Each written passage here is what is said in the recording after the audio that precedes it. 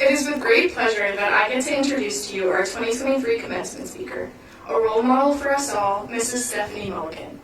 She grew up in Otisfield and graduated from our high school in 2004. She is an award-winning author and publisher who has written multiple children's books that have been included in school curriculums statewide, as well as the Nova Scotia Department of Education.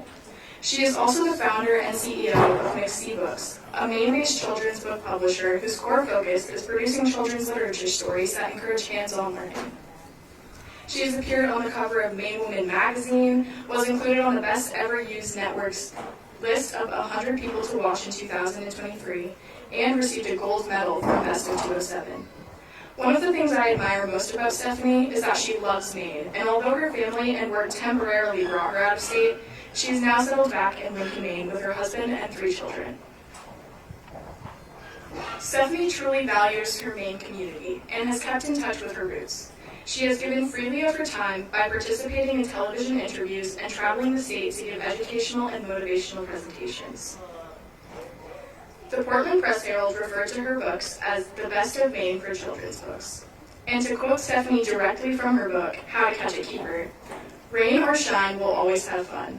And this is a mindset we can all appreciate, especially on a day where the weather has been this crazy."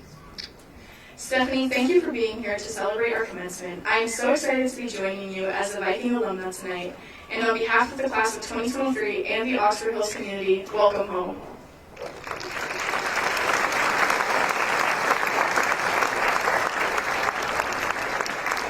Great to be here. Thank you, Carly, and I'm thinking to myself as I sit there, I have to follow all of those speeches, so wonderful job. Good evening, families, friends, faculty, and staff, as we celebrate the class of 2023. I am honored and deeply humbled to be here. And I have to say, I was pretty surprised when I got the call from Mr. Bickford asking if I would consider speaking today.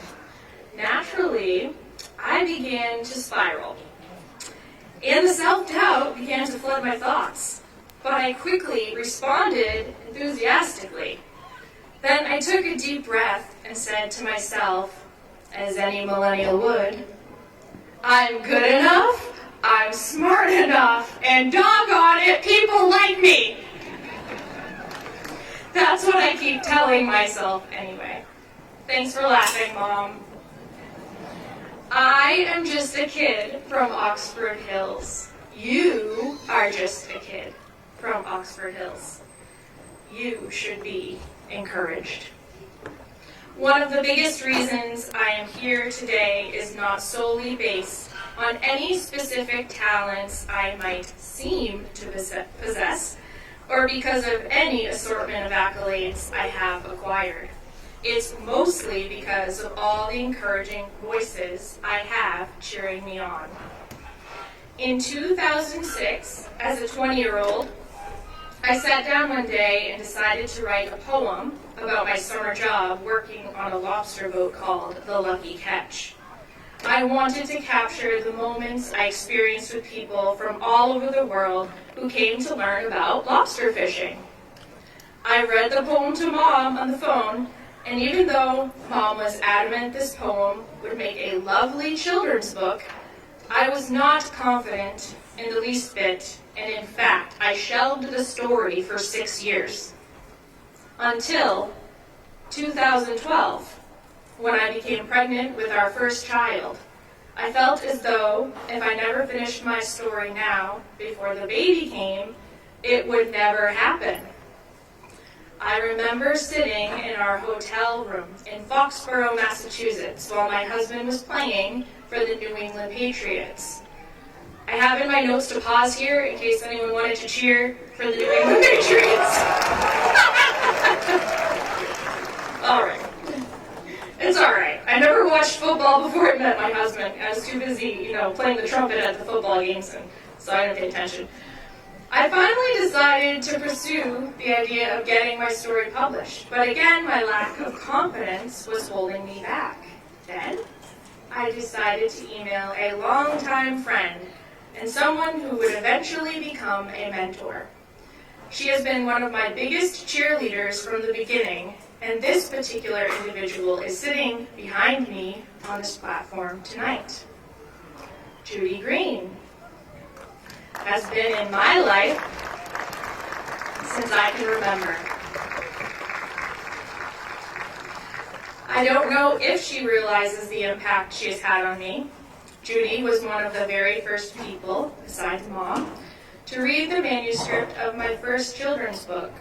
She was encouraging to me with her words. "I think you really have something here," she said to me in an email one day.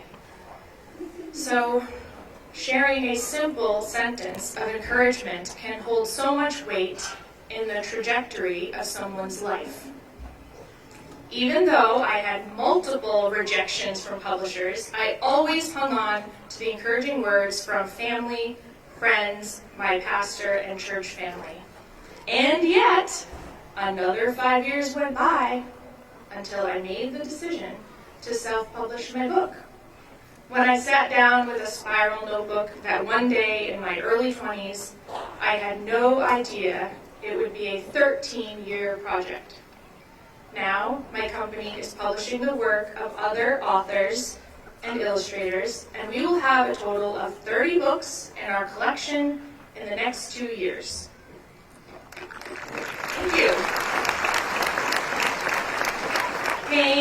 Hang on to the encouragers in your life, but also be an encourager. Now, for the past year, I have been hearing all of the different ways your class has dominated in sports, academics, the arts, and music. This tells me you all know a thing or two about work ethic, teamwork, and creativity. Collaboratively, as a team, you have all the bases covered. And you probably won't even need to listen to this next part. But if there's ever a day that you find yourself in a rut, just remember, you're good enough, you're smart enough, and doggone it, people like you. Thank you so much for having me. I have one more little trick up my sleeve. Our friends make these t-shirts that say "Just a Kid from Maine." I'd like to give this t-shirt to Judy, just a kid from Oxford Hills, and we're going to just toss some out in the crowd.